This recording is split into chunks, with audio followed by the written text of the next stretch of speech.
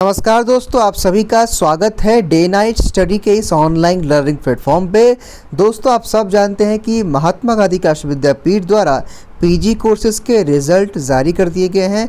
यानी कि दोस्तों एमए, एमएससी, एमकॉम जितने भी पीजी कोर्सेज़ हैं उन सब के रिज़ल्ट्स आ चुके हैं। दोस्तों, ये आप सबको पता है। और दोस्तों, जैसे ही रिज़ल्ट आया उसके बाद आप सभी की लगातार एक ही क्वेरी थी कि सर कितना कट ऑफ जाएगा, उसका एक वीडियो बना दीजिए। तो दोस्तों, आज की इस वीडियो में हम आपको एक एक्सपेक्टेड कट ऑफ बताएंगे जितने भी पीजी कोर्सेज़ हैं कि उनके लिए मिनिमम आपका कितना नंबर होना चाहिए।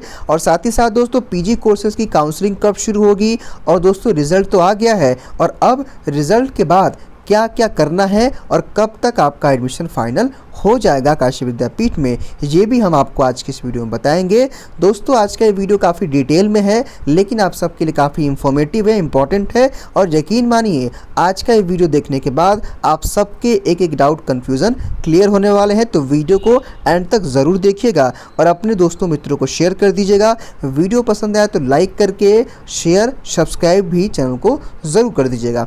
देखिए दोस्तों, आज हमने कुछ पीपीटी के थ्रू आपके लिए सब कुछ प्रिपेयर किया है। सबसे पहले दोस्तों, जो कट ऑफ, देखिए कट ऑफ तो हमने जो है यहाँ पे पूरा प्रिपेयर किया पीपीटी के थ्रू। लेकिन दोस्तों, इस बार का कट ऑफ क्या हो सकता है एक्सपेक्टेड बताएंगे, क्योंकि दोस्तों ये पुराने सालों का कट ऑफ है। लेकिन उससे पहले 3-4 पॉइंट इंपॉर्टेंट है जो आप सबके मन में एक डाउट है कि सर पीजी कोर्सेज़ के रिजल्ट आने के बाद क्या करना है। ठीक, देखिए अब दोस्तों, इसके बाद क्या होगा कि देखिए 2 चीज़ें हैं। या तो कट ऑफ लिस्ट आएगी, देखिए या तो दोस्तों कट ऑफ लिस्ट आएगी। कट ऑफ लिस्ट का मतलब क्या होता है, जिसमें आपका मिनिमम और मैक्सिमम, यानी कि दोस्तों कट ऑफ लिस्ट का मतलब क्या होता है कि मिनिमम कितना नंबर तक गया है और मैक्सिमम कितना नंबर तक कट ऑफ गया है। ठीक दोस्तों, वो उसको हम लोग कट ऑफ बोलते हैं। उसके बाद दोस्तों, मेरिट लिस्ट क्या होती है। मेरिट लिस्ट हम उसको बोलते हैं जिसमें केवल सेलेक्टेड कैंडिडेट्स का नाम आता है। मान लीजिए कि काशी विद्यापीठ ने कोई मेरिट लिस्ट जारी की, यानी कि दोस्तों केवल उन्हीं बच्चों का उसमें नाम रहेगा जो बच्चे सेलेक्टेड रहेंगे, जिनका हाई मेरिट रहेगा, जिनका हाई कट ऑफ रहेगा, जिनका हाई नंबर रहेगा। जैसे मैं आपको एग्जांपल के थ्रू फिर से समझा देना चाहता हूँ।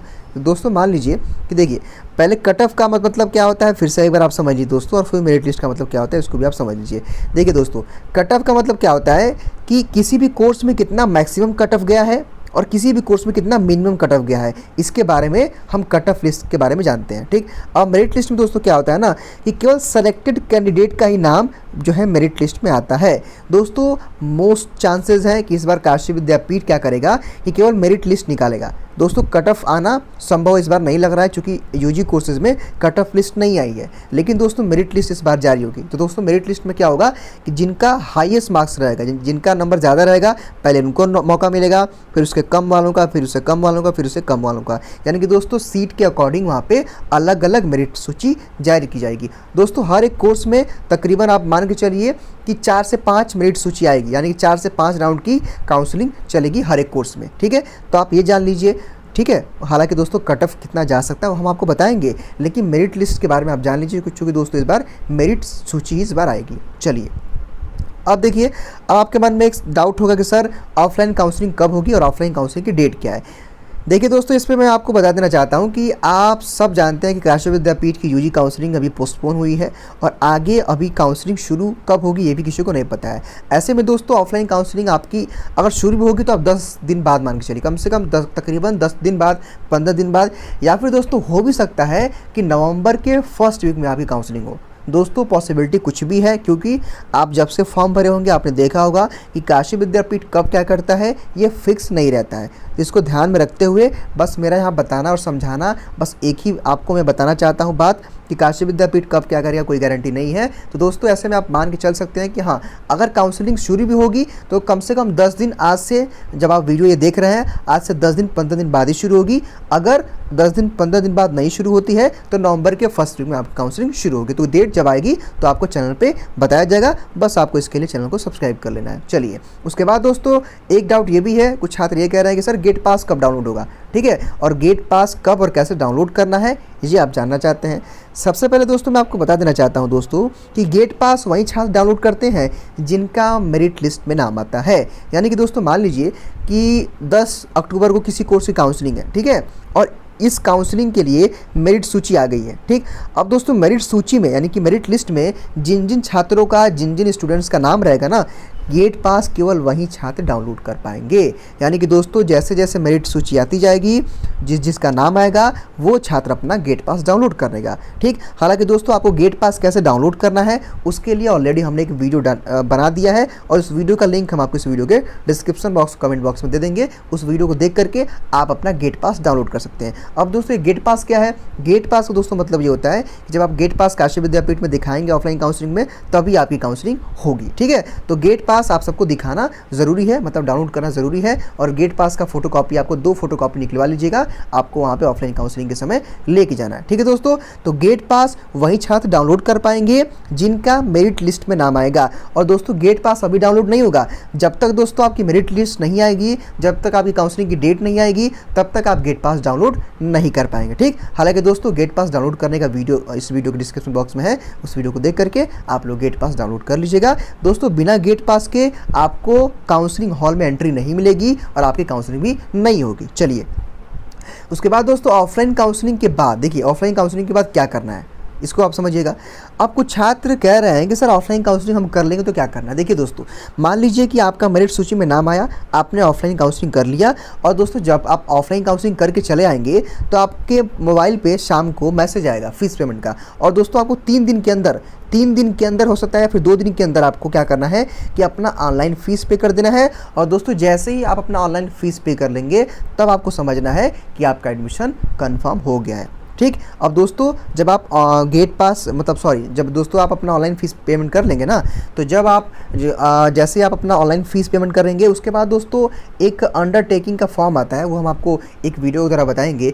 दोस्तों उसको आपको भरना होता है, और आपको अपने संकाय में, मान लीजिएगा कोई छात्र LLB का है, कोई MA का है, कोई MCOM का है, तो आपको अपने फैकल्टी में डिपार्टमेंट में कुल अनुशासक वाला जो प्रपत्र होता है उसको ले जाकर जमा करना। यानी कि दोस्तों मेरे कहने का यहाँ मतलब ये है साफ कि काउंसलिंग के बाद आप फीस पेमेंट करेंगे, और जैसे आप फीस पेमेंट कर लेंगे आपका एडमिशन पक्का हो जाएगा। उसके बाद एक कुलानुशासक प्रपत्र होता है, उसको आपको डाउनलोड करना है। हालांकि एक वीडियो हम बना के दे देंगे कि फीस पेमेंट के बाद क्या करना है, तो उस वीडियो को देख करके आप लोग उस फॉर्म को डाउनलोड करके फिल करके, और जब भी डेट आएगा जा करके जमा कर दीजिएगा, तो वहाँ पे आपका एडमिशन कंफर्म हो जाएगा। चलिए, अब फीस पेमेंट कैसे करना है, तो दोस्तों आपको फीस पेमेंट ऑनलाइन करना है। ठीक है, फीस पेमेंट केवल ऑनलाइन होगा, ऑफलाइन नहीं होगा काशी विद्यापीठ में। समझ गए आप लोग? तो फीस पेमेंट केवल आपको ऑनलाइन ही करना है। ठीक है, और ऑनलाइन फीस पेमेंट के लिए आपको मैसेज आएगा, और हो सकता है कि लिस्ट वगैरह भी आएगी। चलिए, अब दोस्तों अलग अलग जो कोर्सेज है उनकी कट ऑफ कितनी जा सकती है वो हम आपको बताएंगे। सबसे पहले दोस्तों आप ये जान लीजिए कि ये जो आपके सामने कट ऑफ लिस्ट दिख रहा है ना,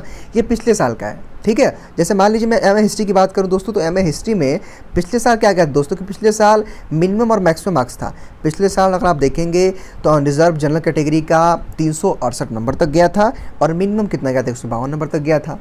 ठीक, OBC का आप देख सकते हैं, SC ST का यहाँ पे आप देख सकते हैं। ठीक, लेकिन दोस्तों मेरा ये मानना है कि इस बार का जो कट ऑफ होगा, अगर मिनिमम देखिए, अगर आप 160 प्लस स्कोर कर रहे हैं, ठीक है, किसी भी कैटेगरी से अगर आप 160 प्लस या 180 प्लस अगर आप स्कोर कर रहे हैं, चूँकि दोस्तों आप इतना समझदार हैं कि आप जनरल का 5 नंबर, जनरल के अलावा OBC का, SC ST का 5 नंबर, 10 नंबर, 20 नंबर कम रहता है, ये आप सबको पता है। लेकिन मैं आपको एक एवरेज मार्क्स बता रहा हूँ कि अगर आपका 180 प्लस मार्क्स है, यानी कि अगर मान लीजिए कि अगर आपका 160 से लेकर 180 प्लस मार्क्स है MA हिस्ट्री में, तो आप काउंसलिंग के लिए एलिजिबल रहेंगे, आपका एडमिशन हो सकता है। चलिए, उसके बाद अब MA पॉलिटिकल साइंस की दोस्तों मैं बात करूं तो देखिए, ये दोस्तों पिछले साल का कट ऑफ है MA पॉलिटिकल साइंस का। ये लास्ट ईयर जनरल कैटेगरी का सबसे हाईएस्ट गया 360 नंबर, और EWS का 168 था, OBC का 172 था, SC ST का देख सकते हैं। ठीक, अब दोस्तों इसको देख करके मैं आपको एक बात बोलना चाहूँगा कि अगर दोस्तों आपका MA पॉलिटिकल साइंस में काशी विद्यापीठ में अगर दोस्तों आपका 160 प्लस मार्क्स आ रहा है, 160 प्लस, ठीक है, तो आप काउंसलिंग के लिए एलिजिबल रहेंगे। ठीक है,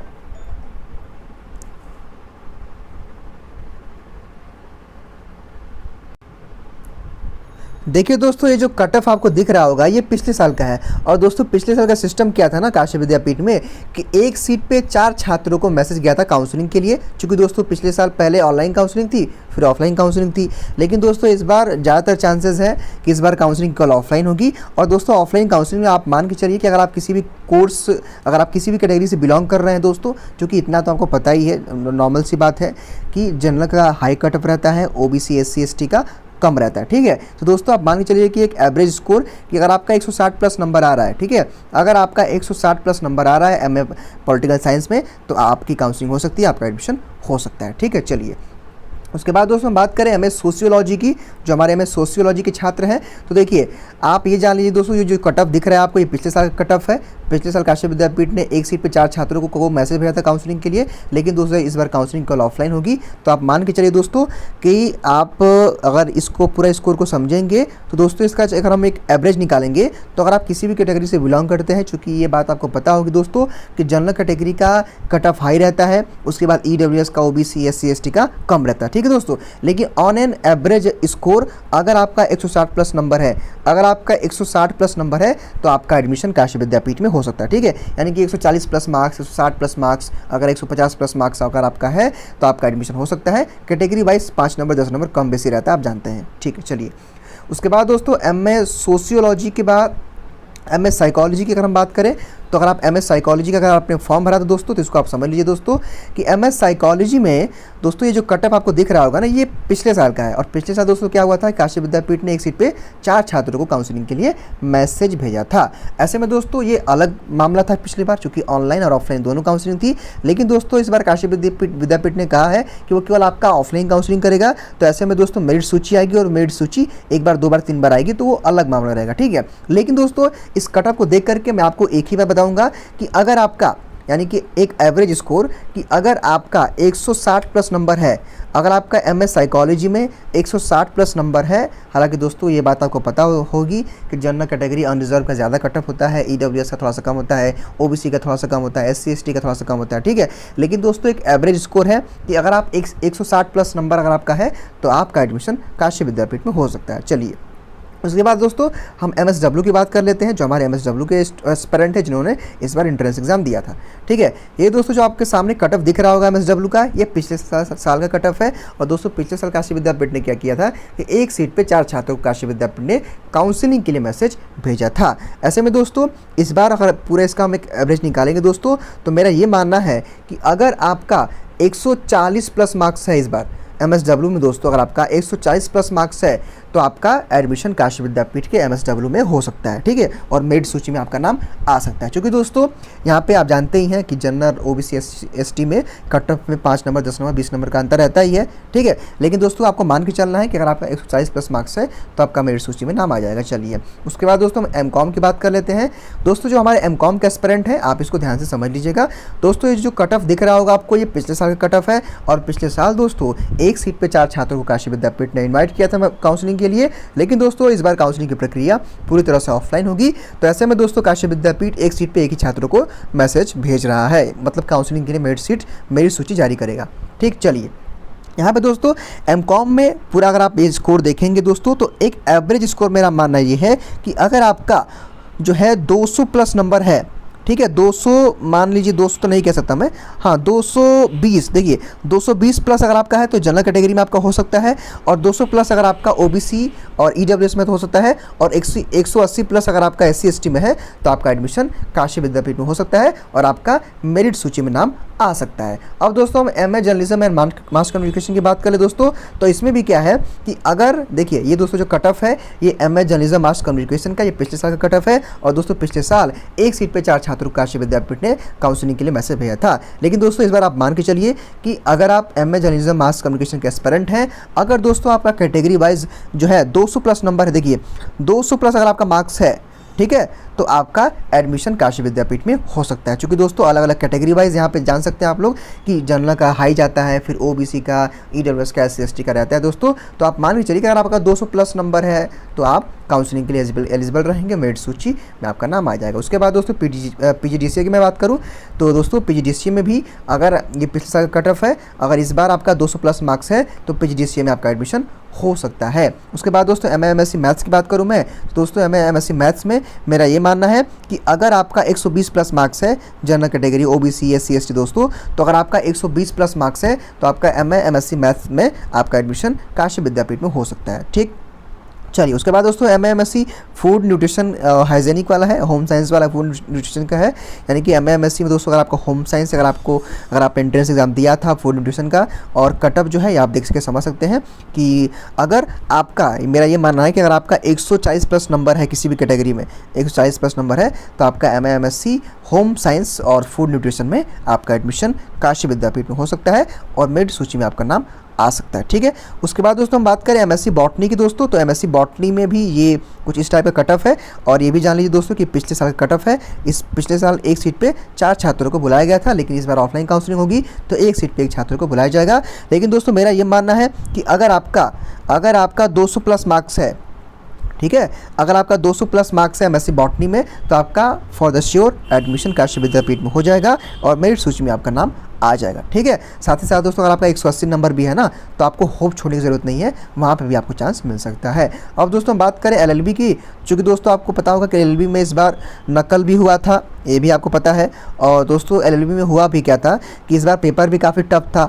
तो मेरा ये कहना है, हालांकि जो कटअप तो आप देख लीजिए काफ़ी हाई गया था पिछली बार, ठीक है, लेकिन दोस्तों जहाँ तक मेरा कैलकुलेशन है, जहाँ तक आप लोगों ने पोल किया था हमारे कम्युनिटी पे, तो दोस्तों मेरा ये मानना है कि अगर आपका 200 प्लस मार्क्स है तो आपका एडमिशन हो जाएगा। लेकिन दोस्तों यहाँ बात ये भी है कि काफ़ी भारी संख्या में नकल हुआ था, तो ऐसे में दोस्तों देखने में सुनने में ये भी आ रहा है कि हो सकता है कि बाहरी छात्रों का एडमिशन नहीं होगा। जो छात्र केवल नकल किए थे, जो मोबाइल लेके गए थे, जिनको चीट मिला था, जिनको OMR कॉपी मिली थी, केवल उन्हीं का सिलेक्शन होगा। क्योंकि दोस्तों काशी विद्यापीठ में केवल 60 सीटें हैं LLB के लिए।